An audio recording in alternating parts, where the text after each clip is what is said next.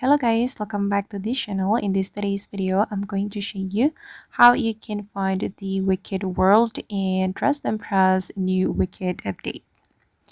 Okay, let's get into it guys. I have already joined the Trust and Press game and I'm going to show you how you can find the Wicked World or the Wicked map in the Trust and Press free play mode.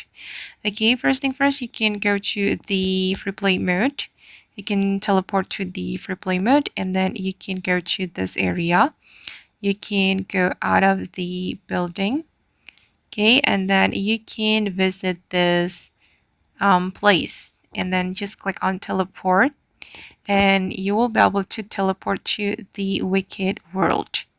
Okay, and this map is so cool. Okay, you can take a picture here guys. And I'm going to show you a secret place so you can climb this tree and you can be here.